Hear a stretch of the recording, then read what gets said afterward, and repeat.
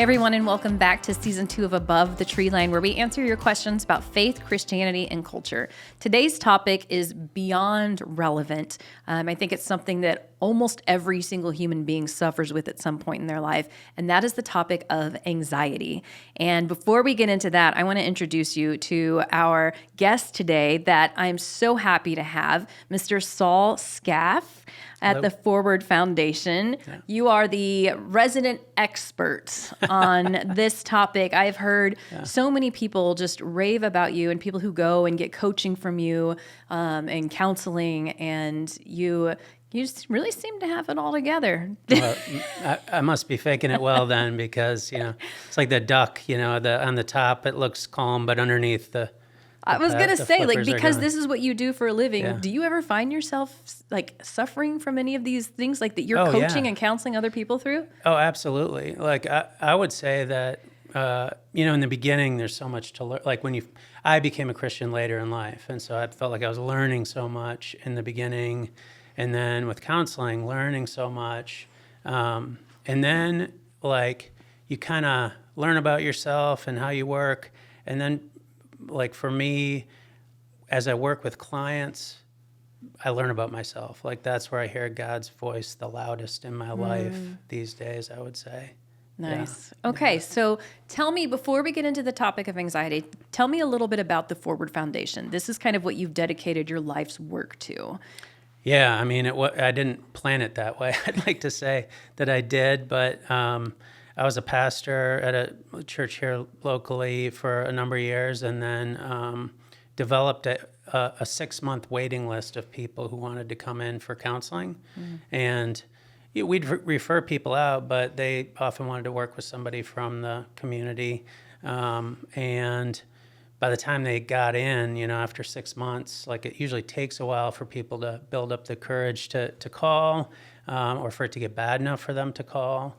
And then to have them wait another 6 months, I mean, things can go from bad to worse. And so I thought, well, that's not good. We had all these great support and recovery ministries with these mature leaders who were doing amazing work. And I thought, well, if I could give them some tools, they could start meeting with people, take some of the cases that are more straightforward. And before long, I had a team of about 30 people who were each seeing 2 people apiece. So that's 60 people that are being ministered to, plus the 30 who are doing the coaching. They're learning and growing. And so that's 90 people a week then that I'm able to impact with just, a couple supervision sessions a month, instead of trying to have 90 meetings a month. I mean, you just can't do it. So started that way. Felt like God was calling us to do that in the mission field. So we did that, joined a missions agency that's based in Europe, traveled around Europe for about 5 years, training churches to do this, and then came back here and started the Forward Foundation about 6 years ago. And you were telling me before the podcast, you guys focus on coaching and counseling. Coaching is, you said, present and future related. Counseling is focused on past. Yeah, I mean, I would say counseling will camp out in the past at times in order to resolve things so that you can then move forward. So counseling does present and future too, but really like digging into the stuff in the past, it gets a little more complicated. And so a counselor's great for that. But if you're somebody who's like, I kind of know what's going on with me, I just need to figure out a way forward, coaching could be a great place to start. Hence the Forward Foundation. Exactly. That's you perfect. got it. There we go. Yeah, moving forward from a solid foundation. That's there you what go. we say. Yeah, Very well.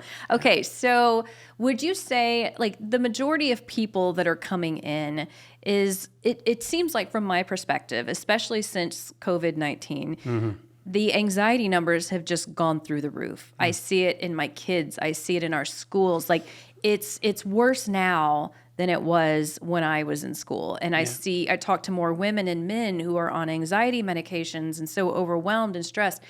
Is that the majority of the people who are going to receive counseling and coaching? Is that like the hot issue? Are you dealing with anxiety? I mean, who doesn't deal with anxiety on some level? Like everybody has uncertainty about things. A lot of times it is about, what's going to happen. So whatever issue you might be dealing with, there might be a component of that to it. And, for other people, it's like stuff has happened in the past that makes me think things aren't going to turn out good in the future. And so you may have to address both. Or maybe someone's just had the repeated experience of things not going well and they're worried it's going to happen again. So yeah, I would say it comes up all the time in all kinds of contexts. Definitely the pandemic, I think, exacerbates some of that because things change so much so fast for so many people. It's like, whoa, I didn't even know that could happen. Right. What else could happen? So if you're somebody who's already prone to that kind of thing, then like the pandemic would have just busted that wide open. Yeah. So what would you say the difference is between, like you said, a lot of people, all people at some point feel anxious. What's the difference between that and having like a problem with anxiety or a disorder? Yeah. So, everybody's got issues. The question is, do your issues keep you from living the life that you feel called to live? So it's like a question of functioning. And like, it's not like you can take a blood test and determine if you have an anxiety disorder, It's really like, okay, these are my goals. This is what I say I believe in. This is what I say my values are. How much fidelity do I have to that? Is the anxiety getting in the way of that? So that I can't really be who I want to be. And in that case, either like you can do the medication route and that can kind of calm you. But if there is something going on inside you that just needs to be reconciled, or maybe some new tools that you need, that's when counseling or coaching could be really helpful. Yeah. Yeah. It's like I shared with you, like I've been diagnosed with mental health disorder, and my issue is I seem to get stuck in this cycle of ruminating. Like I cannot break free from this like spiraling of thought. And it's like I'm medicated for it. I will call out to God, like, please pull me out of this. But somehow my brain gets stuck kind of in this whirlpool. Is coaching something like you equip people to deal with those kinds of cycles? Yeah. I mean, there's, I'm trying to decide which way to go with what you just shared. First of all, the first thing that occurred to me is like there's well over 100 different counseling modalities, and there's a different coaching modality for about every counseling modality. So, but you just take the past out of it when it comes to coaching and apply the same tools in the present and the future. So you can take a behavioral approach, you could take an emotion-focused approach, you could take a cognitive approach, a physiological approach. Like there's so many different ways of doing it, and then multiple ways for each one of those. So the second thing that occurred to me as you said that is, if I was working with you, I'd want to know, well, what have you tried before? What's been helpful? What hasn't been helpful? And then try and build from there. And I would say each one of those different areas has something to offer you. And if your toolbox is 50% complete, let's fill the other 50%. And then as far as how coaches are trained, we have a basic set of skills that we teach coaches in each one of those areas that I mentioned. And then a lot of that gets it takes on its own expression based on who the coach is, what their life experience has been, what they've lived through, what they've helped other people through. So a lot of times they have a lot of people come to coaching, it's like a second act type thing. Like they tend to be a little bit older, they've had some life experience, maybe they have a career or they're retired from a career. A lot of grandparents like being coaches. It's just a great stage of life to do that. And so they bring all of who they are and kind of shine it through that prism of the training that we give, and then it becomes its own thing. So some will focus on something like anxiety or OCD. Others will focus on business, or they'll focus on like spiritual issues or just recovery, depression, grief. things like that. Do you guys, do y'all incorporate like some of the gospel, or do like people who come there, they know you're Christians? Yes. Yeah. I mean, we respect everybody. Like if somebody said in our intake forms, it says, do you have a faith background? Do you want that to be a part of your coaching or counseling experience? If somebody says not interested, we're going to respect that. Mm-hmm. But, as believers, I think you're always kind of looking for like a way for God to open a door. Mm-hmm. Not that you're trying to force it, because I truly believe if you force faith on somebody or you take advantage of somebody who's vulnerable to try and manipulate them into believing something, mm-hmm. that's not even a real faith anyway. So like, what's the point of that? Mm-hmm. It has to be authentic. It has to be genuine. It has to be real. So if God does something with somebody who's initially resistant and kind of opens them up, we want to be sensitive to that and kind of go at the pace they're going. Other people come in knowing we're Christians, they're Christians, and they really do want it to be mm-hmm. a part of what they do in therapy. And so we definitely want to incorporate that. So to what extent, like sometimes when I find myself in the middle of one of these kind of spiraling sessions, and I was diagnosed, I think at 19, and it had been going on for many, many years before that. And a lot of time at first I was like, I'm just going to like pray it away. I'm going to pray and it's going to stop. And then when it wouldn't stop, I didn't know what to do. So then I went the route of seeking medical help. But how much of this, I always wonder, how much of what I'm fighting is me, it's my wiring and my chemistry, and how much of it is spiritual attack? Because I'm like, is that the enemy, the accuser, saying things to me that are making me spiral, or is that me thinking things that are making me spiral? Like, how do you differentiate who's who? Yeah, that's actually like a super deep question about, you could ask like, what is consciousness? Nobody really knows the answer to that. Or you could, looking at it from a spiritual perspective, it's like, is this the enemy kind of whispering lies? And all kinds of other ways to look at it. But I would just say, practically speaking, because I like to be very practical and pragmatic with people, if it's a lie, it's not from God, and it's probably not helpful. So learning how to first of all, learning how to take your thoughts captive. From a Christian perspective, what I would say is like, take thoughts captive, make them obedient to Christ. Okay, so that's the thing, taking thoughts captive. Yeah.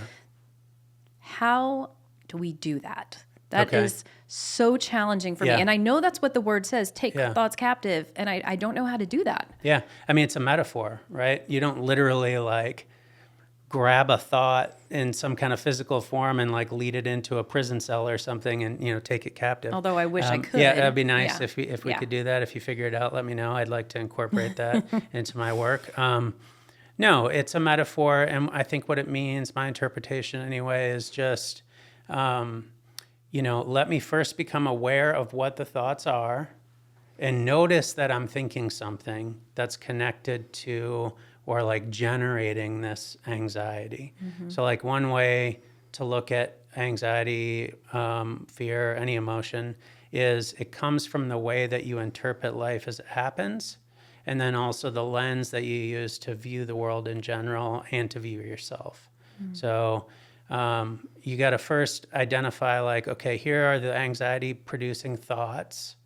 And then you ask yourself a bunch of questions about those thoughts, like, is this true? Is this not true? Is there another way to look at it? If a friend was talking to me, what would they say? Or what would I tell a friend?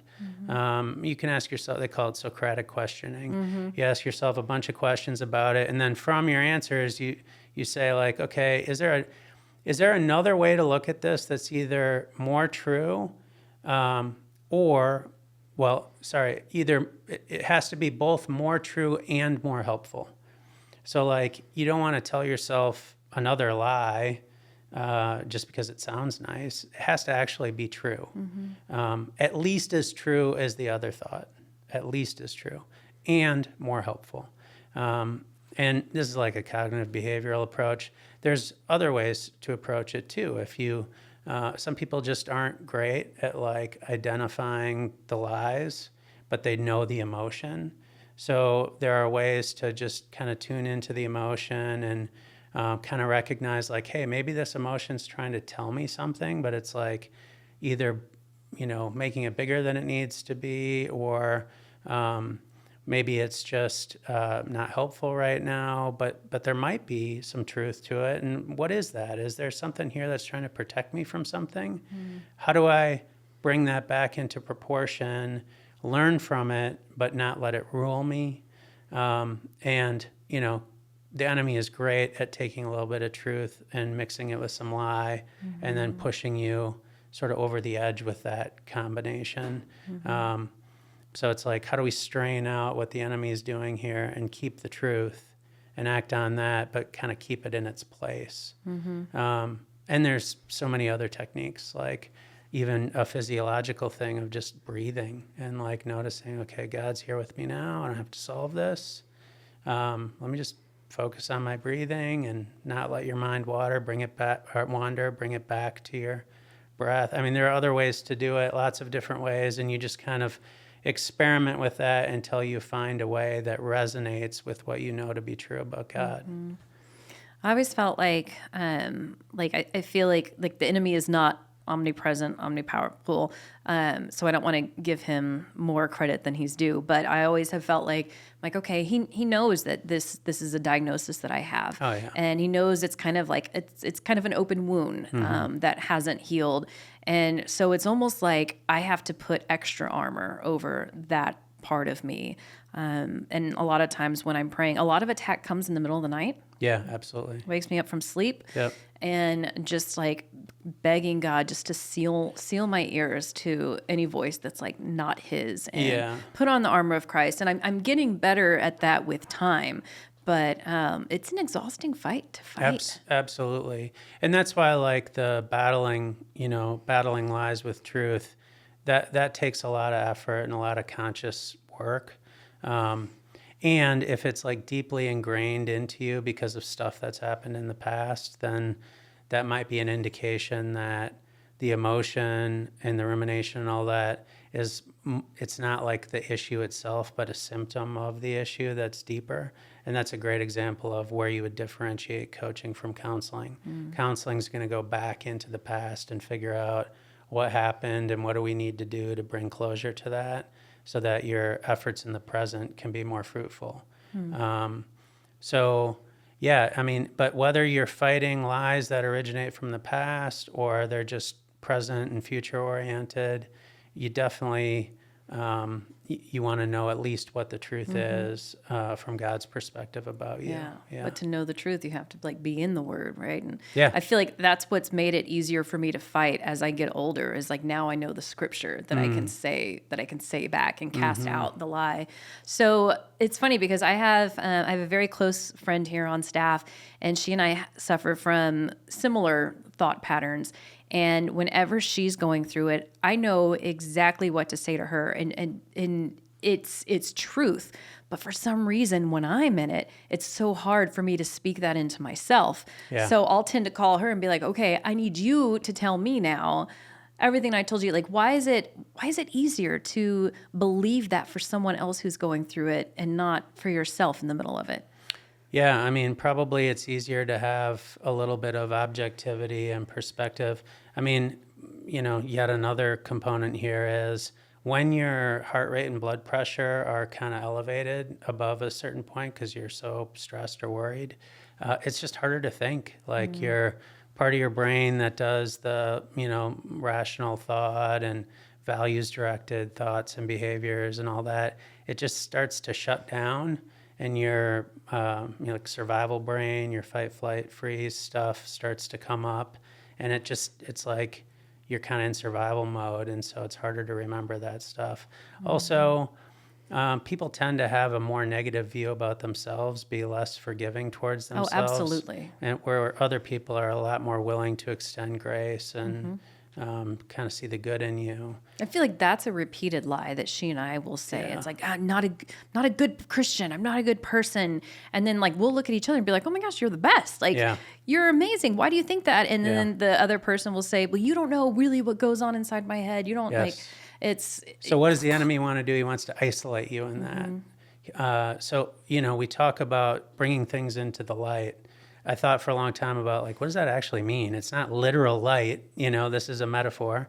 I think it's the light of relationship. It's like when things are in the darkness, it means nobody knows, it's a secret, it's hidden, it's a hidden part of yourself. And when you're in the dark, the enemy can whisper all kinds of things to you. And it's like, yeah, that might be right. I can't even really see myself. So you might be right. But then you bring it into the light of relationship and somebody else can look at it and say, what are you talking about? It's not that bad. Now you're not just kind of knowing the truth, you're experiencing it in the form of acceptance from another person. So it's not just that person that's affirming you or validating you or normalizing your experience, helping you put it into perspective. It's also God through that person, right? Especially if they're someone who is saying things that like Jesus would say to you. Yeah. Yeah. And they align with the word. Yeah. Well, this has been an amazing conversation. I wish we had another 20 minutes, but we have actually run out of time for this episode. But I do want to tell people, especially, do you primarily, y'all work with people locally in the Austin area? Well, our coach training is online and on demand, and it's free. So anybody can go to our website from anywhere around the world. Part of our reason we're missionaries is we just want to see these tools used by believers everywhere, everyday Christians, churches, that they would have this kind of mental health, wellness, whole holistic ministry, some expression of it for people that would be accessible. So we just want people everywhere to be able to take advantage of it. Go to our website. It's under the equipping tab.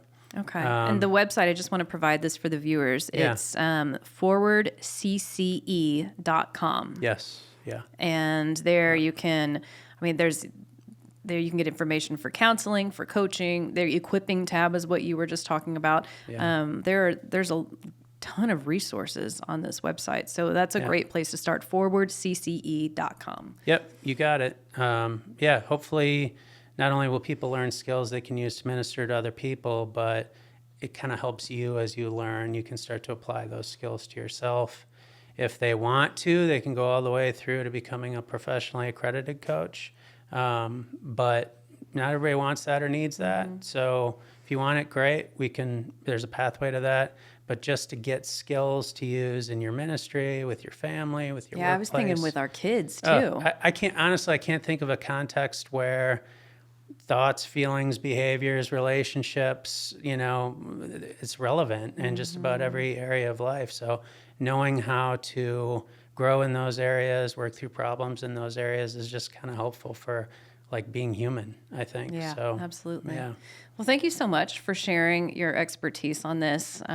You're great at what you do. Hear about you all the time. Oh. I'm so excited that you got to join us. But I also want to let you know, the people who are listening can send in more questions about this interview. That'd be awesome. Yeah. So I do want to open up that opportunity to our viewers. Go to www.acfellowship.org/podcast if you have more questions for Saul. And we might be able to get you back on for another episode. I know we have questions about grief, and there's a lot of other stuff you could speak to. So today's topic was anxiety, but maybe we'll get you on for another episode. That'd be awesome. I just have one perspective. There are many, but I'm happy to share. Yeah, so. That's great. Yeah. All right. Well, thank you so much. And thank you guys for joining us. I look forward to seeing you on our episode next week.